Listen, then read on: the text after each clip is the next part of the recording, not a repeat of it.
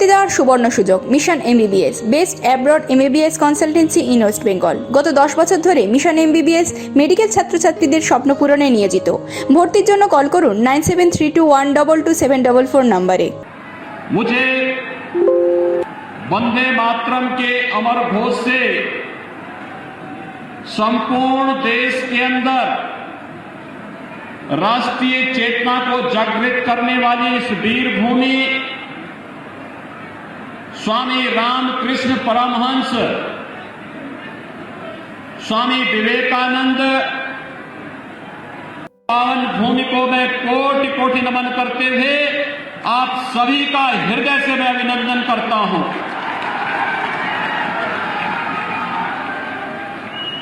भाइयों बहनों, मालदा भारत की सनातन संस्कृति की भूमि है और भारत की सनातन संस्कृति की इस भूमि को कोटि कोटि नमन करते हुए आज मैं अपने आप को सौभाग्यशाली मानता हूं कि मुझे इस परिवर्तन यात्रा में आपके साथ सहभागी बनने का अवसर प्राप्त हुआ है। हम सब जानते हैं कि महाप्रभु चैतन्य महाप्रभु की इस पावन भूमि ने पूरे भारत के अंदर वैष्णव परंपरा का प्रचार प्रसार करने में जिस बड़ी भूमिका का निर्वहन किया, यह भूमि वैष्णव पात के महान ध्वजाधारी गौरी वैष्णव जीवा गोस्वामी देवा जी की जन्म देने वाली भूमि भी है। स्वाभाविक रूप से बंगाल भारत के सांस्कृतिक राष्ट्रवाद की धरती रही है, भारत के स्वाधीनता आंदोलन की क्रांति की धरती रही है। लेकिन आज जब बंगाल के अंदर अराजकता और बंगाल के अंदर बदहाली की स्थिति को हम सब देखते हैं तो पूरे देश को पीड़ा होती है और इसलिए भारतीय जनता पार्टी का राष्ट्रीय नेतृत्व और एक एक कार्यकर्ता प्रत्येक बंगाली भाई और बहनों के साथ जुड़ने के लिए आया है कि हमें एक बार फिर से बंगाल की पहचान को पुनर्स्थापित करके बंगाल के माध्यम से एक नए परिवर्तन को आगे बढ़ाना है। भाइयों बहनों, बंगाल हमेशा से परिवर्तन की धरती रही है। याद करिए, जब देश के अंदर स्वाधीनता की अलग जगानी थी तो बंकिम चंद्र चट्टोपाध्याय ने इसी धरती से वंदे मातरम का उद्घोष किया था। आनंद मठ उपन्यास के माध्यम से उन्होंने भारत की सुप्त चेतना को जागृत करके पूरे देश के अंदर राष्ट्रीयता का जो संचार किया था, आज भी हर भारतीय अपने राष्ट्रीय गीत के रूप में वंदे मातरम को मान करके भारत के स्वाभिमान और सम्मान का अलग देश और दुनिया के सामने प्रस्तुत करता है। ये धरती गुरुदेव रविंद्रनाथ टैगोर की धरती है, जिसने भारत को भारत का राष्ट्र ज्ञान भी दिया और राष्ट्रगान के साथ ही इस धरती से ही हम सब जानते हैं कि यही वह धरती है जिसने साहित्य के क्षेत्र में भारत का पहला नोबेल प्राइज भी भारत को देने का कार्य किया था, गुरुदेव रविंद्रनाथ टैगोर की उस अमर कीर्ति गीतांजलि के माध्यम से। लेकिन आज बंगाल कहां चला गया है? कभी भारत को नेतृत्व देने वाला, भारत को एक नई दिशा देने वाला बंगाल आज कहां पर है? आज यहां पर गरीबी है, आज यहां पर बदहाली है, आज यहां पर अराजकता है, आज यहां पर सत्ता प्रायोजित अपराध और आतंकवाद न केवल यहां की सुरक्षा के सामने गंभीर संकट खड़ा कर रहा है, बल्कि देश की सुरक्षा को भी चुनौती देते हुए दिखाई देता है। आज बंगाल में केंद्र सरकार की कल्याणकारी योजनाओं को लागू नहीं करने दिया जाता है। और आज बंगाल के अंदर एक तरफ यहां पर जिस बंगाल ने आदिशक्ति मां भगवती दुर्गा के अनुष्ठान का श्री गणेश करके पूरे देश के अंदर शक्ति का एक नया संचार किया था, आज उस बंगाल के अंदर दुर्गा पूजा पे प्रतिबंध लगाया जाता है। ईद में जबरदस्ती गौ हत्याएं प्रारंभ कराई जाती हैं और साथ साथ यहां पर तस्करी और गौ तस्करी के माध्यम से यहां की भावनाओं के साथ खिलवाड़ करने का कार्य किया जाता है। यहां की सरकार मौन बनी रहती है। भाइयों बहनों, बंगाल में आज जय श्री राम के नारे लगाने को भी प्रतिबंधित करने का कार्य किया जाता है और हमले करवाए जाते हैं। लेकिन मैं बंगाल की सरकार से कहना चाहता हूं, मैं ममता दीदी जी से अनुरोध करना चाहता हूं, एक सरकार कभी उत्तर प्रदेश में थी जो अयोध्या में राम भक्तों पर गोली चलाती थी। उस सरकार का और साहब ने देखा है क्या हो गया है। और अब बारी बंगाल में टीएमसी की सरकार की है।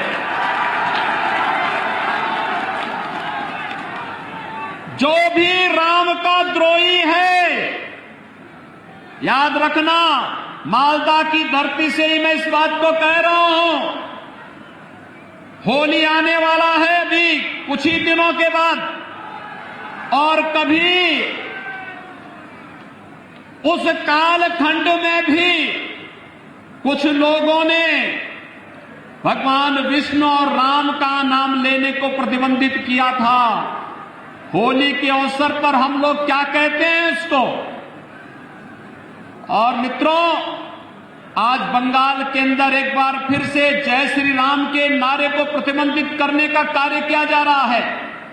लेकिन याद रखना, भारत की जनता राम के बगैर कोई काम नहीं करती है। जब आपस में मिलती है तो राम राम कहती है, घर में कोई काम होता है तो राम नाम का जप करती है, और जब किसी परिजन की अंतिम यात्रा भी निकालती है तो फिर राम नाम सत्य है के साथ ही उस यात्रा को भी आगे बढ़ाने का कार्य करती है।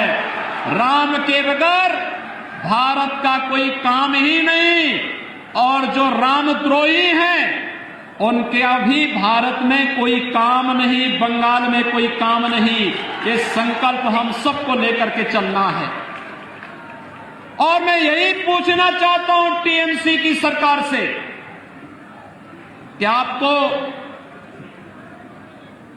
राम भक्तों पर तो कोई रहम नहीं, लेकिन बंगाल के अंदर अराजकता पैदा करने वाले लोगों के साथ आखिर टीएमसी की कौन सी दोस्ती और कौन सी गठबंधन है जिसके कारण वह बंगाल की पूरी व्यवस्था को बदलने पर उतारू हो गए हैं। ये आत्मघाती कदम बंगाल की धरती से क्यों? मित्रों, जब देश के यशस्वी प्रधानमंत्री मोदी जी पाकिस्तान, बांग्लादेश और अफगानिस्तान के पीड़ित और प्रताड़ित हिंदुओं, सिखों, बौद्धों, जैनियों, ईसाइयों, इन सबके संरक्षण, इनको सुरक्षित ठिकाना देने के लिए एक कानून बनाते हैं और उस कानून को भारत के अंदर लागू करते हैं, तो बंगाल में हिंसा क्यों होती है? ये हिंसा सत्ता प्रायोजित हिंसा क्यों? यहां पर एक तरफ पीड़ित और प्रताड़ित मानवता को शरण देने की जब बात की जाती है तो यहां की सरकार विरोध करती है, लेकिन जब घुसपैठियों को बाहर करने की बात होती है यहां की सरकार तिलमिला जाती है। यहां की सरकार घुसपैठियों, अवैध घुसपैठियों के साथ में है, उसको यहां की जनता के साथ कोई लेना देना नहीं। और यही कारण है कि यहां की सरकार केंद्र सरकार की किसी भी कल्याणकारी योजना का लाभ यहां के नागरिकों को देने में पूरी तरह फेल है। मित्रों, मैं आया हूं उत्तर प्रदेश से। हमने उत्तर प्रदेश में कुछ चीजें इस रूप में की जिसने उत्तर प्रदेश के अंदर व्यापक परिवर्तन किया है, और उस व्यापक परिवर्तन के कारण आज आप देखते होंगे यहां पर गर्मियों में जून से लेकर के अक्टूबर के बीच में इंसेफ्लाइटिस से हजारों मौतें बंगाल में आज भी होती हैं। लेकिन बंगाल के अंदर अज्ञात बीमारी दिखा करके इस बीमारी से होने वाली मौतों को छुपाने का कार्य टीएमसी की सरकार करती है। इससे पहले कम्युनिस्टों की सरकार भी यही बंगाल के अंदर करती थी। लेकिन हम लोगों ने प्रधानमंत्री मोदी जी के अनुकंपा और उनकी कृपा से स्वच्छ भारत मिशन के अंदर हर एक गरीब परिवार के घर में एक एक शौचालय बना दिया, हर एक घर तक शुद्ध पेयजल उपलब्ध कराने की व्यवस्था की। आज परिणाम है इंसेफ्लाइटिस उत्तर प्रदेश से पूरी तरह समाप्त हो चुका है। कोई मौत इंसेफ्लाइटिस से उत्तर प्रदेश के अंदर नहीं होती है। मित्रों, 3 वर्ष के अंदर उत्तर प्रदेश के अंदर 40 लाख गरीबों को आवास मिला है। प्रधानमंत्री आवास योजना में 40 लाख परिवारों को एक एक आवास। मैं आ रहा था अभी बागडोगरा से, मैं देख रहा था मालदा तक एक भी गरीब व्यक्ति का पक्का मकान नहीं है। ये प्रधानमंत्री आवास योजना का लाभ यहां के गरीबों को क्यों नहीं मिल पाता है? यहां के बंगाल के गरीबों को क्यों नहीं मिल पा रहा है? क्योंकि यहां की सरकार रुचि नहीं ले रही है। उत्तर प्रदेश के अंदर 6 करोड़ गरीबों को आयुष्मान भारत में 5 लाख रुपए की स्वास्थ्य बीमा का कवर है। वह कहीं भी किसी भी हॉस्पिटल में उत्तर प्रदेश के अंदर या देश के अंदर जाएगा, उसे 5 लाख रुपए की स्वास्थ्य बीमा का लाभ हर वर्ष प्राप्त हो रहा है। केंद्र और राज्य सरकार मिलकर के इस कार्यक्रम को आगे बढ़ा रहे हैं। आखिर प्रधानमंत्री आयुष्मान भारत का लाभ बंगाल के गरीबों को, बंगाल के नागरिकों को टीएमसी की सरकार क्यों नहीं देने जा रही है? क्योंकि उसे मालूम है अगर वह इन गरीबों को इसका लाभ दे देगी तो फिर वह वोट बैंक नहीं बना पाएगी। मित्रों, इसी प्रकार से अगर आप देखेंगे प्रधानमंत्री किसान सम्मान निधि का लाभ उत्तर प्रदेश के अंदर 2 करोड़ 42 लाख किसानों को हर वर्ष प्रधानमंत्री किसान सम्मान निधि में 6,000 रुपए डीबीटी के माध्यम से उसके अकाउंट में पैसा आता है। लेकिन बंगाल के अंदर प्रधानमंत्री किसान सम्मान निधि को नहीं लागू करने दिया गया।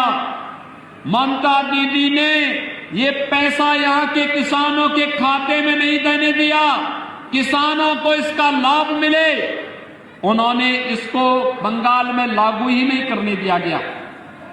नेशनल पोर्टेबिलिटी के अंतर्गत 1 नेशन 1 राशन कार्ड की सुविधा अगर बंगाल का व्यक्ति बंगाल के अंदर चाहे तो बंगाल के अंदर, और अगर उसकी मर्जी आए तो वह देश के अंदर जहां कहीं रहता है राशन कार्ड से राशन लेने का लाभ ले सकता है। लेकिन टीएमसी की सरकार ने नेशनल पोर्टेबिलिटी को यहां लागू ही नहीं करने दिया, जिससे बंगाल के नागरिकों को राशन की सुविधा का लाभ नहीं मिल पाता है। केवल चंद टीएमसी के गुंडे खाद्यान्न घोटाले में लिप्त होकर के यहां के नागरिकों के खाद्यान्न को हजम करने का कार्य कर रहे हैं।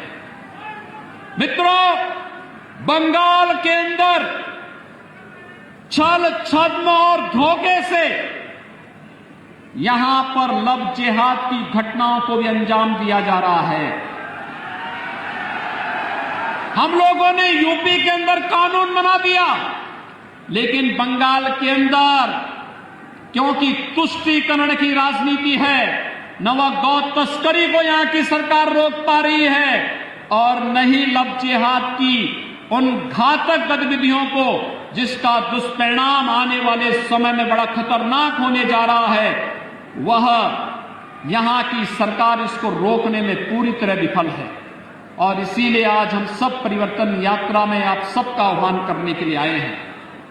जो सरकार आपको सुरक्षा नहीं दे सकती, जो सरकार अपराधियों का संरक्षण दे रही हो, जिस सरकार को कानून का राज स्थापित करने में नहीं, जिस सरकार को एन केन प्रकारेण सत्ता में बना रहना ही अपना एकमात्र उसने युग धर्म बना लिया हो, उस सरकार के साथ जो गरीबों के लिए कार्य नहीं कर सकती, जो सरकार कमजोरों के लिए कार्य नहीं कर सकती, जो सरकार किसानों के लिए कार्य नहीं कर सकती, जो सरकार युवाओं के लिए कार्य नहीं कर सकती और जो सरकार महिलाओं को सुरक्षा नहीं दे सकती है, उस सरकार को एक भी क्षण रहने का अधिकार नहीं होना चाहिए। और बंगाल के भाइयों बहनों, मैं आप सबका आह्वान करने के लिए आया हूं।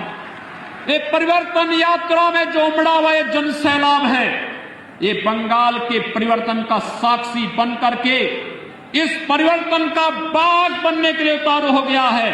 और ये बाग इस रूप में उतारू हो चुका है, उसने संकल्प ले लिया है।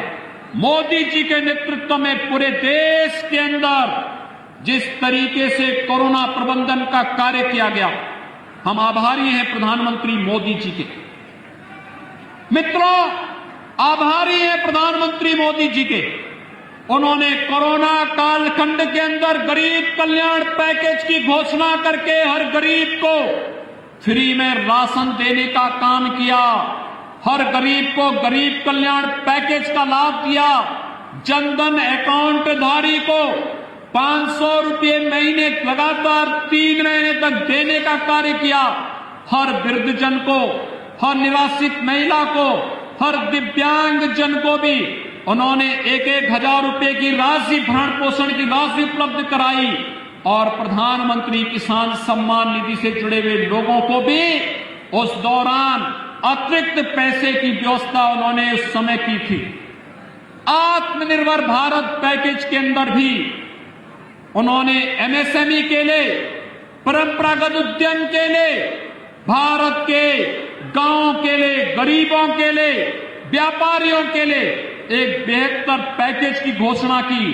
कोरोना प्रबंधन में चाहे वह जिस भी राज्य ने जो डिमांड की, राज्यों को तो उसका लाभ दिया ही, लेकिन हम आभारी हैं प्रधानमंत्री मोदी जी के और भारत के वैज्ञानिकों के, जिन्होंने भारत को कोरोना से बचाने के लिए 2 स्वदेशी वैक्सीन भी दिए और वैक्सीन इस समय युद्ध स्तर पर लग रहे हैं। कल से आपने देखा होगा 60 वर्ष के ऊपर के लोगों को भी वैक्सीन लगना प्रारंभ हो गया है। ये 60 वर्ष से ऊपर के लोगों को वैक्सीन लगना और भारत के नागरिकों के साथ साथ दुनिया के अपने मित्र देशों को भी वैक्सीन पहुंचाना, यह एक नया भारत की वो तस्वीर है जो दुनिया के अंदर भारत के 135 करोड़ लोगों की ताकत का एहसास करा रहा है। और उस नए भारत के साथ नए बंगाल को भी आगे आकर की इस अंगड़ाई में सहभागी बनना पड़ेगा। और इसी आह्वान के लिए आज हम सब आपके बीच आए हैं। कल्पना करिए, ये बंगाल के अंदर टीएमसी की सरकार ने, उससे पहले कम्युनिस्टों ने, उससे पहले कांग्रेस ने कितनी बदहाल स्थिति पैदा कर दी है। मित्रों, मुझे याद है आज से 25 साल पहले, 30 साल पहले भारत का हर नौजवान अपनी रोजगार के लिए बंगाल आता था, लेकिन पिछले 25-30 वर्षों के अंदर बंगाल को बदहाल कर दिया इन सभी लोगों ने। आज बंगाल अर्थव्यवस्था में काफी पीछे चला गया है और उत्तर प्रदेश के अंदर भारतीय जनता पार्टी की सरकार थी। पहले उत्तर प्रदेश का नौजवान अपनी रोजी रोजगार के लिए बंगाल आता था और आज मैं देखता हूं बंगाल का व्यक्ति रोजी रोजगार के लिए दिल्ली और उत्तर प्रदेश की तरफ रुख कर रहा है। उत्तर प्रदेश आज देश की दूसरी अर्थव्यवस्था बन गया है। आखिर बंगाल आपका पश्चिमी बंगाल क्यों नहीं बन सकता है, जबकि संभावनाएं थी यहां पर। लेकिन यहां की सरकार ने उस प्रकार की सोच ही पैदा नहीं होने दी है। ये विकास में रुचि नहीं लेना चाहते, और विकास में तो रुचि नहीं, लेकिन राष्ट्रीय सुरक्षा के साथ भी ये लोग खिलवाड़ कर रहे हैं। आपने देखा होगा मोदी जी के नेतृत्व में जब देश के अंदर सरकार आई, पहले गरीबों के कल्याण के लिए योजनाएं बनी। गरीबों के कल्याण के लिए बनने वाली योजनाओं के साथ फिर उन्होंने देश की संप्रभुता को सुरक्षित रखने के लिए कार्यक्रमों को आगे बढ़ाया। याद करिए 5 अगस्त 2019 की तिथि, देश के अंदर आतंकवाद की प्रतीक बनी धारा 370 को हटाने का कार्य भी मोदी जी के नेतृत्व की भारतीय जनता पार्टी की सरकार ने किया था। याद करिए इसी धरती पर पैदा होने वाले डॉक्टर श्यामा प्रसाद मुखर्जी ने घोषणा की थी, एक देश में 2 प्रधान, 2 विधान और 2 निशान नहीं चलेंगे।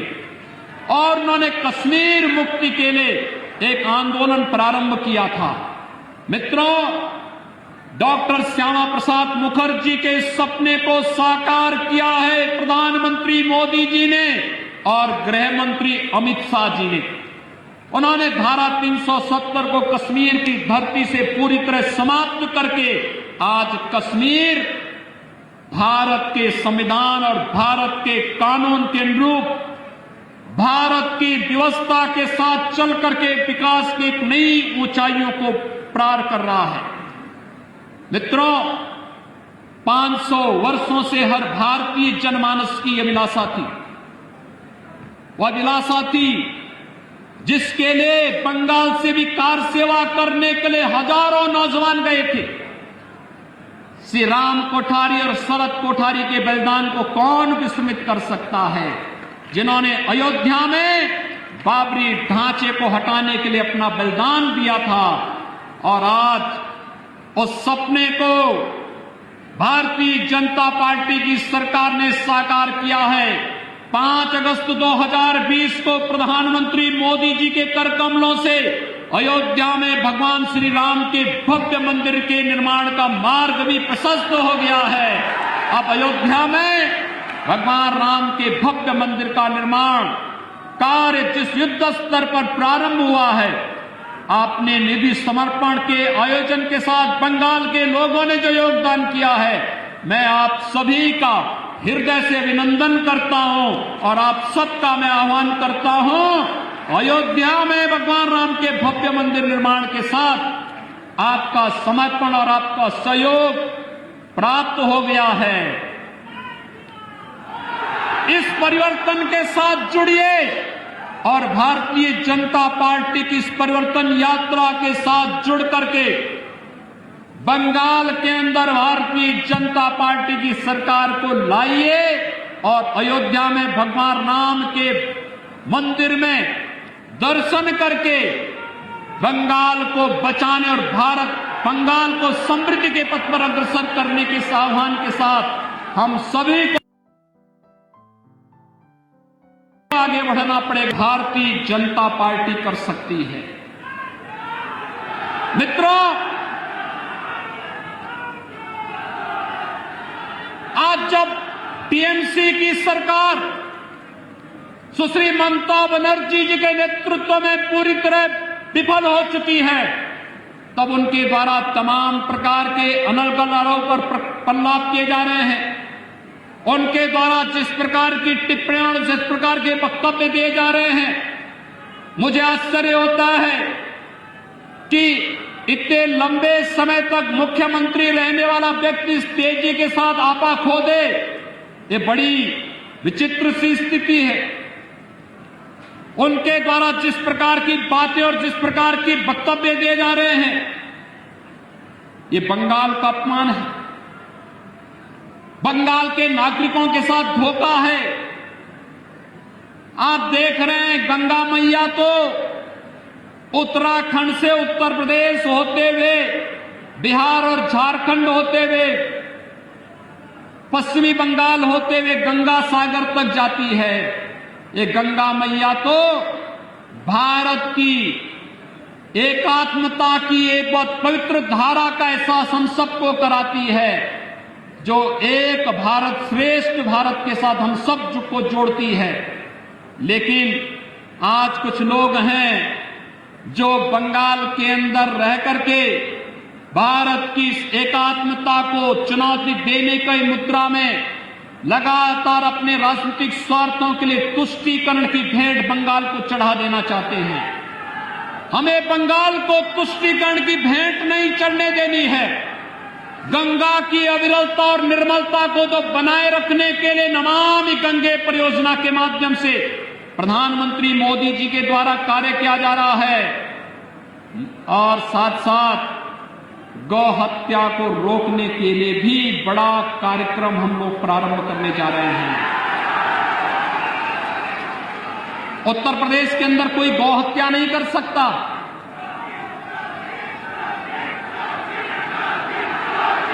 मित्रों, कोई नहीं कर सकता।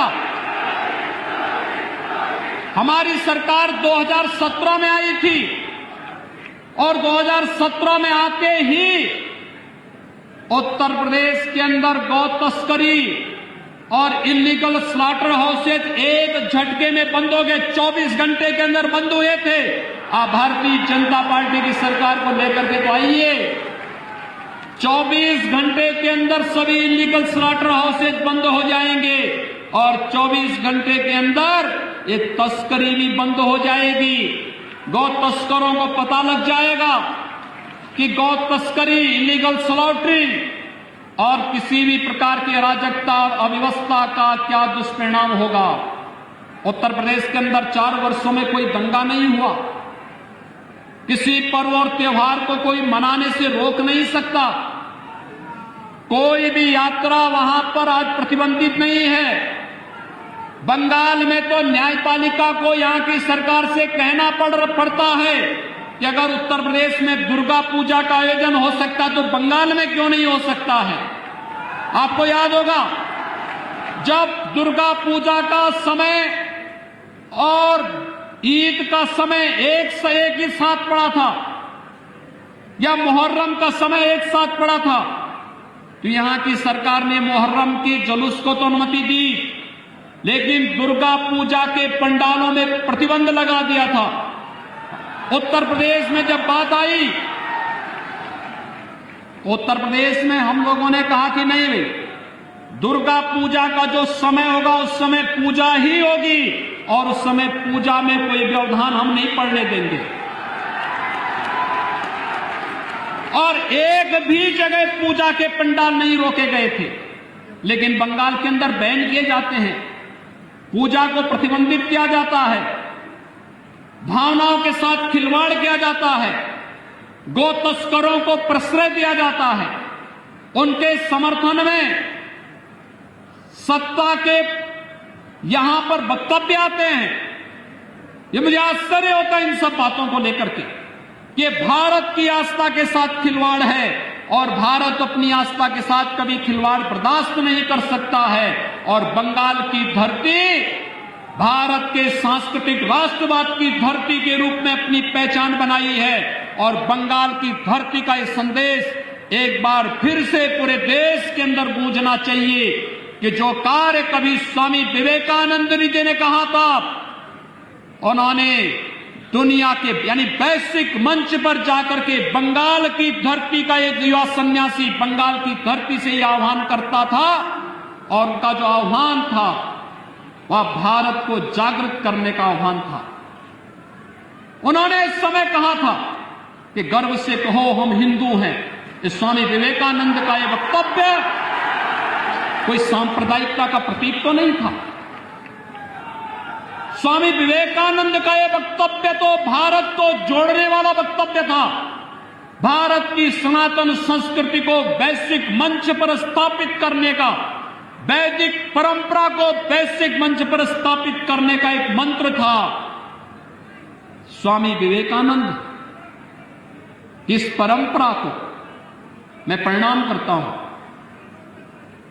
रामकृष्ण परमहंस की साधना से पवित्र इस धरती ने, स्वामी प्रणवानंद जी की साधना से पवित्र इस धरती ने भारत के राष्ट्रवाद को एक नई ऊंचाइयां प्रदान की थी, जिसने भारत के अंदर देखते ही देखते आजादी के बंदों को वंदे मातरम के इस मंत्र के माध्यम से विदेशी हुकूमत के खिलाफ लड़ने की एक नया जोश और एक नया तेज दिया था। और भाइयों बहनों, एक बार फिर से जो लोग तुष्टीकरण की राजनीति करके बंगाल के सामाजिक और यहां की आध्यात्मिक व्यवस्था के साथ, सांस्कृतिक व्यवस्था के साथ खिलवाड़ करके बंगाल की पहचान को अपने वोट बैंक के लिए नष्ट करना चाहते हैं, उनको मुंहतोड़ जवाब देने का अवसर आपके पास विधानसभा चुनाव के माध्यम से आया है। मैं आप सभी का आह्वान करने के लिए आया हूं कि बंगाल की धरती को हम अराजकता की धरती नहीं बनने देंगे। आप निश्चित रहिए, भारतीय जनता केवल अब ये 1 महीने का मात्र समय है, 1 महीने के अंदर एक परिवर्तन जमीन पर उतरता हुआ दिखाई देगा। ये आपका एक जमावड़ा इस बात को प्रदर्शित करता है। तब टीएमसी के नाम पर जो लोग गुंडागिर्दी कर रहे हैं, आप देखते होंगे उत्तर प्रदेश के अंदर जो लोग पहले गुंडागिर्दी करते थे, आज वे लोग अपने गलियों में अपने गले में तख्ती बांध करके चलते हैं कि रहम कर दो। और मैं कह सकता हूं, मैं देख रहा था एक तस्वीर, भारतीय जनता पार्टी के एक कार्यकर्ता की बुजुर्ग माता को टीएमसी के गुंडों ने इस बेरहमी के साथ पीटा और उनके मुंह पर जो सूजन था उसको देखते हुए आंखों में आंसू आ रहे थे कि कितने बेरहम और बर्बर हैं ये लोग कि एक महिला को भी नहीं छोड़ते। और अपराधी अगर अपराध करता है तो पुलिस का काम है अपराधी के खिलाफ कार्रवाई करना, प्रशासन का काम है, शासन का काम है उस अपराधी के खिलाफ कार्रवाई करना। लेकिन अगर शासन और प्रशासन अपराधी के खिलाफ कार्रवाई करने की बजाय वक्तव्य दें कि सूजन तो घर के विवाद का है, ये पीटने से नहीं सूजन आया है, ये सूजन तो दिखाई दे रहा है मुझे, चोट के निशान है, और तब भी बयान दिया जा रहा है कि ये सूजन तो मामूली से विवाद के कारण खड़ा हुआ है। आश्चर्य होता है मुझे, ये पार्टी बनकर के काम करना बंद करे। और मुझे लगता है कि बहुत समय नहीं, भाइयों बहनों, भारत निर्वाचन आयोग ने चुनाव की घोषणा कर दी, चुनाव की प्रक्रिया प्रारंभ हो चुकी है। बस अब मान करके चलिए 2 मई के बाद भारतीय जनता पार्टी की सरकार जब बंगाल के अंदर बनेगी तो टीएमसी और कम्युनिस्टों के नाम पर गुंडागिर्दी और अराजकता फैलाने वाले गुंडे अपनी जान की भीख मांगते हुए गलियों, अपने गले में तख्ती लेकर के घूमते हुए फिरेंगे। और उस समय फिर वो दृश्य देश के सामने होगा कि जो भी कानून के साथ खिलवाड़ करेगा उसको अपनी जान की भीख मांगने के लिए इसी प्रकार से मजबूर होना पड़ेगा।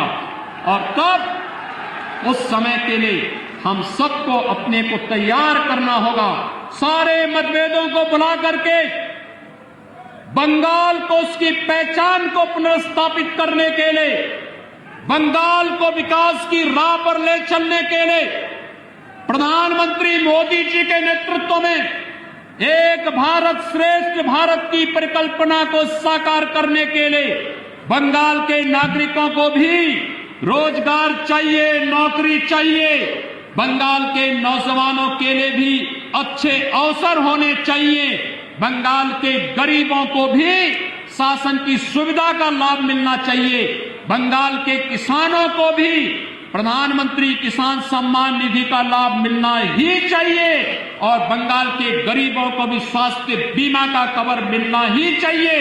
और ये तभी हो पाएगा जब भारतीय जनता पार्टी पूरी मेजोरिटी के साथ, फुल मेजोरिटी के साथ बंगाल के अंदर सरकार बनाएगी और डबल इंजन की सरकार बंगाल के अंदर भारतीय जनता पार्टी की सरकार और केंद्र में मोदी जी की सरकार जब मिलेगी, डबल इंजन की ये सरकार आपके विकास को उतनी ही गुना तेजी के साथ आगे बढ़ाने का कार्य करेगी। ये परिवर्तन यात्रा, इसी विश्वास के साथ आज यहां पर इस आयोजन के साथ यहां पर आज यह आयोजन इसी उद्देश्य से संपन्न हो रहा है। मैं आप सबको, अभी हमारा होली का पर्व होने जा रहा है, होली पूरी भव्यता के साथ मनाई जाती है। होली के आयोजन के साथ आप सबको मैं अग्रिम शुभकामनाएं देता हूं, अभिनंदन करता हूं आप सभी का, और होली के उत्सव को चुनाव के साथ जोड़ते हुए ये रंग बिरंगी होली 2 मई को बंगाल के अंदर सांस्कृतिक राष्ट्रवाद की दीपावली का उत्सव भी मनाया जाना चाहिए। इस संकल्प के साथ हम सब आगे बढ़ेंगे। आप सबके प्रति मेरी शुभकामनाएं। धन्यवाद। जय जय श्री राम, जय जय श्री राम। বেনারসির 3 অধ্যায়, রাজঘরানা, রামনগর ও মঙ্গল বেনারসি, সাহা টেক্সটাইল।